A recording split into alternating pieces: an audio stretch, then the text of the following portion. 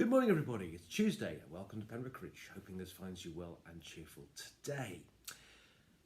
Firstly, well done, Marie Ward, on completing your STEP challenge. £300 for Tier Fund. Well done, Marie. Good job. Well done, and God bless you for that. Secondly, also to remind you all, we are really looking forward to opening our church up next Monday morning. The PCC are working hard at the moment on a policy, but we can do it safely. We're working hard on that and looking forward to opening the church, as I say, next Monday morning. And by the way, I thought I'd do this talk next Monday as we open the church next Monday. So if you have a reading that you think would be an appropriate one for the reopening of the church or opening the doors or whatever it would be, if you can think of a good reading that you think we could use, I'll happily do that as a talk next Monday. Suggestions, please. Comments at the bottom underneath this talk today.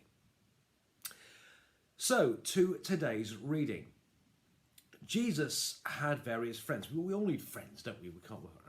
And Jesus had various friends. He had his disciples. He had his mum, Mary, that pops up from time to time. He had Mary Magdalene, who pops up from time to time.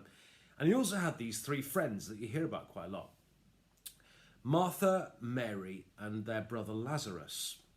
They lived at a place called Bethany, which is actually about 2 or 3 miles from Jerusalem, not very, very far away. And I don't know, but my reading of Martha and Mary and Lazarus is I get the impression that Jesus kind of really liked them. You get the impression that he kind of would relax at their place, their kind of place where you might have a cup of tea and just chill out a bit. You just get the impression that he really loved Martha, Mary and Lazarus.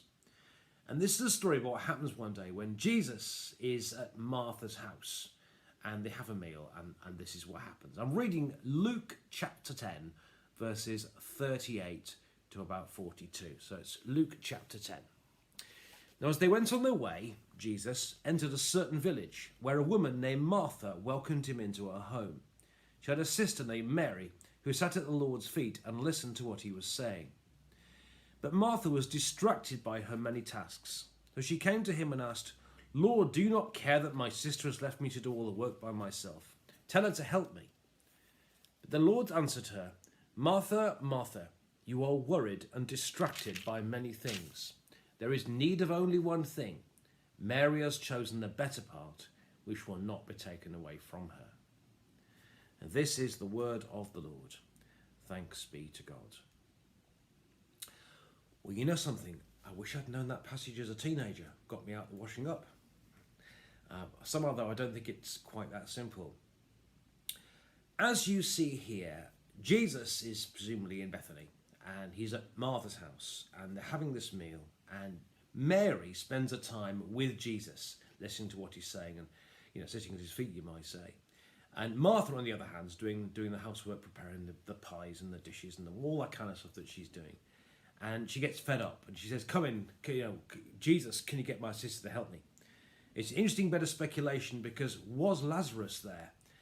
We don't know, of course. But if he was there, interesting, she didn't ask him to help with the washing up. But that's another story for another day. Anyway, that's not what it's really about. This isn't about, ultimately, getting out of the washing up or the task. Because, of course, doing tasks have to be done.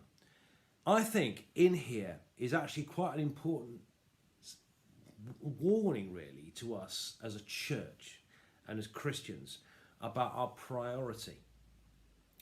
Our number one priority as a church has to be listening to God and being in God's presence, and, as the old Scottish Catechism would say, enjoying God forever. That is what we're about. We are about God. We're about listening to God. And if we don't listen to God, if we're not listening to God properly, then we're on the wrong task. But I think the phrase that Jesus uses to Martha when she complains is quite an interesting one. He calls her worried and distracted. Because I think what's happening here, she's got this amazing guest, but she's so busy looking after him and seeing to his needs, she forgets to spend time with him. And I think that's actually what we often do as the church. We're so busy serving God, we don't spend enough time listening to God. You even see in church services now, we're so busy getting things ready and all that kind of thing, we forget to actually spend time and enjoy the service. We spend a lot of time talking about God. We don't spend enough time listening to God. In fact, dare I say, we spend a lot of time talking about the church rather than about God's church rather than God himself. And I think the message to us from this is that we must make sure that as we can, that we don't get distracted too. Because actually part of the trouble with getting distracted is we can get like Martha, because sometimes someone finds faith and does listen to God. What we do then is we're so busy serving God, we can get jealous of them. And that's not a good thing to be. So I think the reminder of this is to us as Christians and us as a church to make sure that we don't fill our church life with so much frenetic activity that we forget what we're really all about. We have to make sure that we don't spend so much time getting things ready for Jesus, rather than we forget to spend time with Jesus. And I think that's an important message to us, that we need to make sure that we open our lives and open our church life and give in our services, give us pauses and quietness when we can actually engage with God personally. So I think that's the message for today. It's create space to make sure that we don't just serve Jesus, but we listen to Jesus, and in listening to Jesus, get empowered by Jesus, and then serve Jesus in his strength.